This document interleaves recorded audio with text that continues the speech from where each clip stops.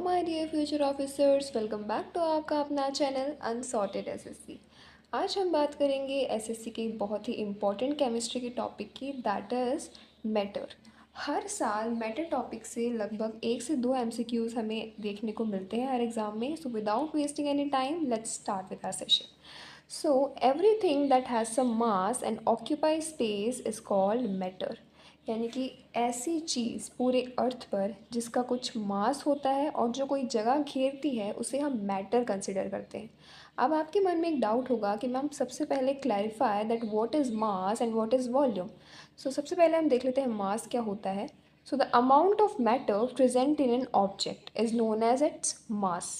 अभी भी समझ में नहीं आया तो अज्यूम कीजिए आपके पास एक बैग है जो कि फुल है बुक्स से, यानी कि इट्स फुल ऑफ बुक्स, और दूसरी तरफ आपके पास एक एम्प्टी बैग है। Can you please tell me कौन से बैग में ज़्यादा मास होगा या ज़्यादा भारी लगेगा? ऑब्वियसली जिस बैग में ज़्यादा बुक्स है, जो बुक से भरा हुआ है, वो ज़्यादा हैवी होगा। ऐसा क्यों है? बिकॉज उसमें ज़्यादा मैटर प्रेजेंट है, राइट। बात करें अगर वॉल्यूम की, तो amount of space occupied by an object, यानी कि एक ऑब्जेक्ट जितनी जगह घेरता है उसे हम वॉल्यूम कहते हैं। समझ में नहीं आया? समझाइए अच्छे से।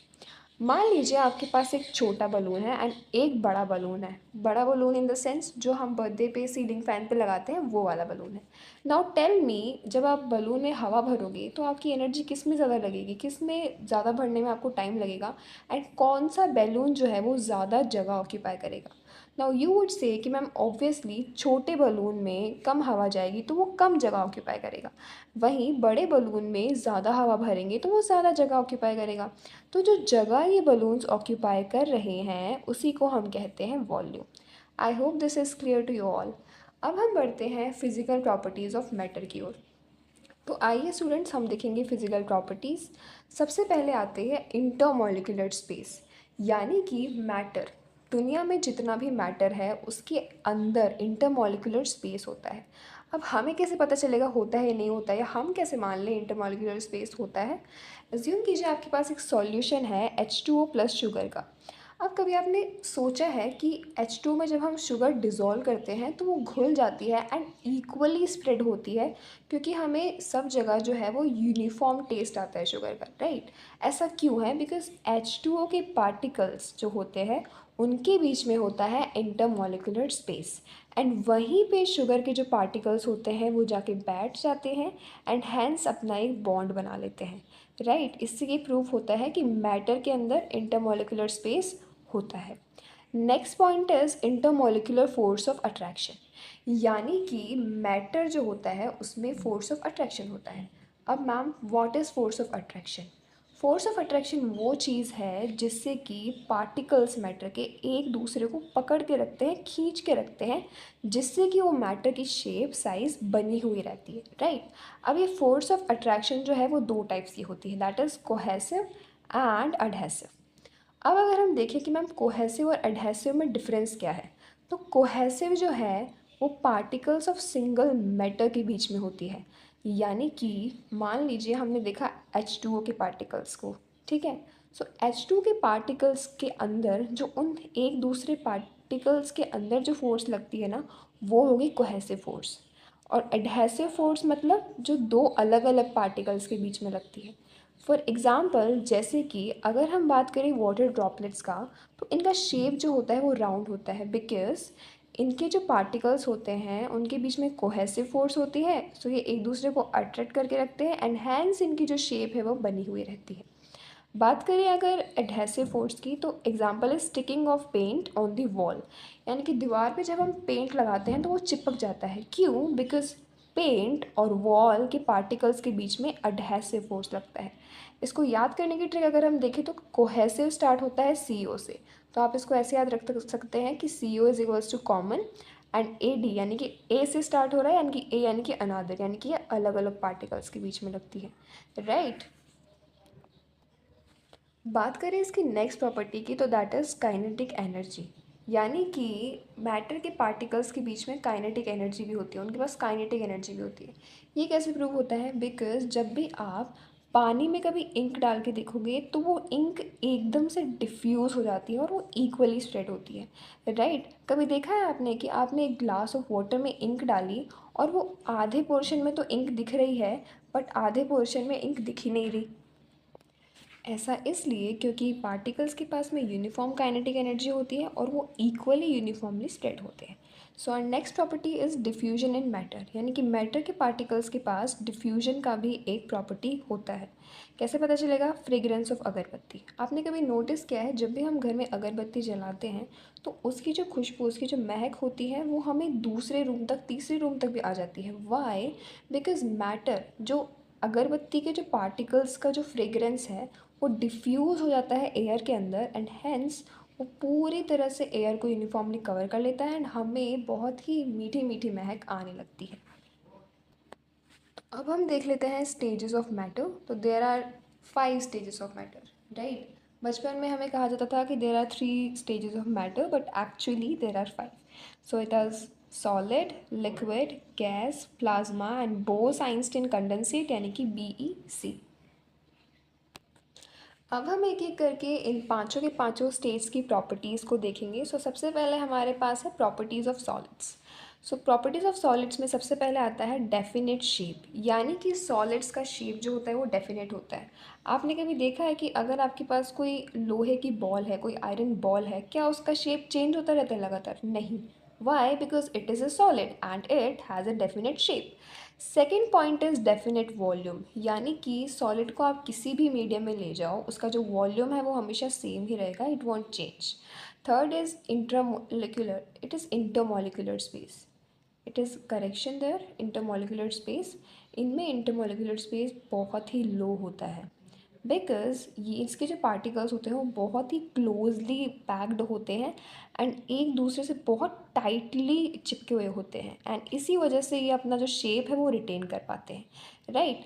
Next property is force of attraction. इसमें जो FOA यानी कि फोर्स ऑफ अट्रैक्शन होता है वो बहुत ही हाई होता है एंड इसी ही वजह से पार्टिकल्स एक दूसरे को अट्रैक्ट करके रखते हैं एंड अगेन डेफिनेट शेप उनको प्रोवाइड करते हैं। Next property is kinetic energy. Kinetic energy is very low in solids. Now, what do we mean by kinetic energy? Kinetic energy is basically the speed by which a particle of a matter moves. Right, अगर किसी के पास ज़्यादा kinetic energy होगी तो वो ज़्यादा जल्दी move करेगा, अगर किसी के पास कम काइनेटिक एनर्जी होगी तो वो कम मूवमेंट करेगा। अब सॉलिड्स में एज वी नो कि पार्टिकल्स बहुत ही क्लोजली पैक्ड होते हैं तो उनके पास इतनी एनर्जी होती ही नहीं है कि वो मूव कर सके, right. Next point is density. Solids की डेंसिटी यानी कि घनत्व, सॉलिड्स का घनत्व जो है वो बहुत ही ज़्यादा होता है। इसीलिए कभी आपने देखा है कि अगर आपके पैर पे आप एक आयरन बॉल को छोड़ दो और वही सेकंड सिनेरियो में आप एक glass of water low and उसमें से वाटर को अपने पैर पे ड्रॉप करो तो आपको किस में ज़्यादा पेन होगा? ऑब्वियसली आयरन बॉल से आपको ज़्यादा पेन होगा बिकॉज उसकी डेंसिटी ज़्यादा है, उसका मास ज़्यादा है, उसका वॉल्यूम ज़्यादा है, राइट। सो नेक्स्ट मूव करते हैं हम प्रॉपर्टीज़ ऑफ लिक्विड्स की तरफ। सबसे पहले इनडेफिनेट शेप होता है। आप लिक्विड को जिस कंटेनर में डालोगे वो वैसा ही शेप ले लेता है, उसका कोई डेफिनेट शेप नहीं होता है। Next is definite volume.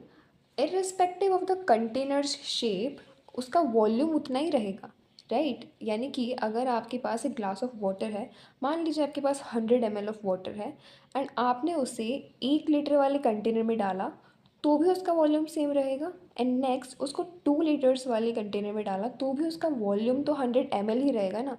I know कि अपीयरेंस में 2 लीटर वाले में वाटर का लेवल कम लगेगा बट अगर आप दोनों के वॉल्यूम को मेजर करोगे तो it would be same, right. बात करें अगेन इसके इंटरमोलिकुलर स्पेस की, तो इंटरमोलिकुलर स्पेस ज़्यादा होता है इसमें एज़ कम्पेयर टू सॉलिड्स। क्यों होता है ऐसा? बिकॉज वी नो कि लिक्विड्स जो होते हैं वो बहुत ही फ्लोई मटेरियल्स होते हैं, राइट। क्यों होता है ऐसा? क्योंकि उनके पार्टिकल्स के बीच में जो फोर्स ऑफ अट्रैक्शन है, जो इंटरमोलिकुलर स्पेस है वो ज़्यादा होता है एंड फोर्स ऑफ अट्रैक्शन कम होता है।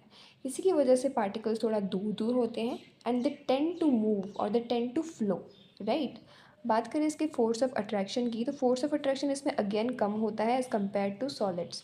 अगेन वही सेम रीज़न, बिकॉज इसमें पार्टिकल्स दूर दूर होते हैं, उनके बीच में फोर्स ऑफ अट्रैक्शन कम होता है, इसीलिए वो इजीली फ्लो कर पाते हैं एंड इसीलिए वो लिक्विड्स होते हैं, राइट। नेक्स्ट बात करें काइनेटिक एनर्जी की, तो इनकी काइनेटिक एनर्जी ज़्यादा होती है, इसीलिए हम देखते हैं कि लिक्विड्स जो होते हैं वो मूव कर पाते हैं। अगर इनकी काइनेटिक एनर्जी बहुत ही लो होती है इनके पार्टिकल्स के पास में, तो ये मूव नहीं कर पाते। बात करें डेंसिटी की, तो डेंसिटी कम होती है। हमने एग्जांपल देखा था सॉलिड्स में कि what would happen if you drop an iron ball और a glass of water to our foot level. So उसमें हमने समझ लिया था कि डेंसिटी का क्या रोल होता है। तो इसकी डेंसिटी सॉलिड्स के कंपैरिजन में कम होती है, राइट। अब हम देखेंगे next, that is properties of gases. So अगर हम बात करें प्रॉपर्टीज़ ऑफ गैसेस की, तो दे हैव इनडेफिनेट शेप। हम किसी को भी नहीं पता है कि गैस का शेप कैसा होता है। इनडेफिनेट वॉल्यूम होती है। इंटरमॉलिक्यूलर स्पेस ज़्यादा होता है, सबसे ज़्यादा होता है, लाइक सॉलिड्स एंड लिक्विड से कंपेयर करें तो। फोर्स ऑफ अट्रैक्शन इनमें बहुत कम होती है। काइनेटिक एनर्जी इनकी बहुत ज़्यादा होती है, इसलिए हमने देखा था कि जब भी डिफ्यूजन होता है तो गैस बहुत ही जल्दी एक जगह से दूसरी जगह मूव कर पाती है, राइट। डेंसिटी भी इनकी बहुत कम होती है, लाइक हमारे आसपास चारों तरफ एनवायरनमेंट में बहुत ही मिक्सचर ऑफ गैसेस हैं, हमें कभी भी वो फील नहीं होता है क्योंकि वो उनकी डेंसिटी बहुत ही लो होती है, ऑल राइट। सो आइए अब हम देखेंगे next, that is plasma. So when gas is superheated, it gets ionized and gets charged. So it produces sparking. This shiny gaseous state is called plasma. यानी कि जब एक गैस को हम बहुत ही ज़्यादा सुपर हीट करते हैं तो उसके जो पार्टिकल्स होते हैं वो आयंस में ब्रेक डाउन हो जाते हैं, उनमें चार्ज आ जाता है, जिसकी वजह से उनमें स्पार्किंग प्रोड्यूस होती है और इसी शाइनी गैसियस स्टेट को हम प्लाज्मा कहते हैं। इसके फीचर्स की बात करें तो it is an ionized gas, shape and size are indefinite, luminous यानी कि शाइनी होती है, स्पार्कली होती है। एग्जाम्पल्स की बात करें तो stars, sun, lightning, neon sign boards etcetera. ठीक है, नेक्स्ट बात कर लेते हैं हम बोस आइंस्टीन कंडेंसेट की। Now before understanding the definition, let's see इसका नाम बोस आइंस्टीन कंडेंसेट क्यों है। क्योंकि सबसे पहले सत्येंद्र नाथ बोस ने इसके बारे में कुछ थ्योरी प्रपोज की एंड देन फाइनली आइंस्टाइन ने उसको कवर करके पूरा एक प्रॉपर डेफिनेशन दिया इस कंडेंसेट का, ठीक है। अब हम इसकी डेफिनेशन देखेंगे। When a gas is super cold at the temperature -273 degree Celsius, that is nearly absolute to zero, Bose Einstein condensate form of matter is formed. यानी कि एक गैस को जब हम सुपर कूल कर लेते हैं, यानी कि बहुत ही एक्सट्रीम कूल कर देते हैं, that is nearly absolute to zero, तो मैटर की फिफ्थ स्टेट यानी कि बोस आइंस्टीन कंडेंसेट बन जाती है। अब इसके फ्लो चार्ट को समझेंगे कि ये एक्चुअली होता कैसे है। अगर हम देखें इसके फ़्लो चार्ट को, इसको समझने की कोशिश करें कि एक्चुअली में बोस आइंस्टीन कंडेंसेट होता क्या है, तो देखिए जो लो डेंसिटी गैस होती है, यानी कि 1/लैक part of the normal air को हम ले लें तो उसे हम कहेंगे लो डेंसिटी गैस। इसकी जब सुपर कूलिंग की जाती है, कितने टेम्परेचर पे, cool down near -273.15 degree Celsius, that is zero Kelvin. ये ओके नहीं लिखा हुआ है, that is zero Kelvin, okay. So इस पे इतना इसको कूल करने पे क्या होता है, पार्टिकल्स का मोशन जो है वो स्टॉप हो जाता है, क्योंकि जो एटम्स की एनर्जी होती है वो ज़ीरो हो जाती है, पार्टिकल्स धीरे धीरे स्लो डाउन हो जाते हैं, राइट। इसके बाद में जो एटम्स होते हैं वो मर्ज कर लेते हैं, यानी कि जितने भी एटम्स होंगे वो एक दूसरे के साथ मर्ज करेंगे, सारे एक साथ मर्ज करेंगे एंड देन फाइनली एक सुपर एटम बन जाता है, ठीक है। इसी को हम बोलते हैं बोस आइंस्टीन कंडेंसेट फॉर्म्ड, ठीक है।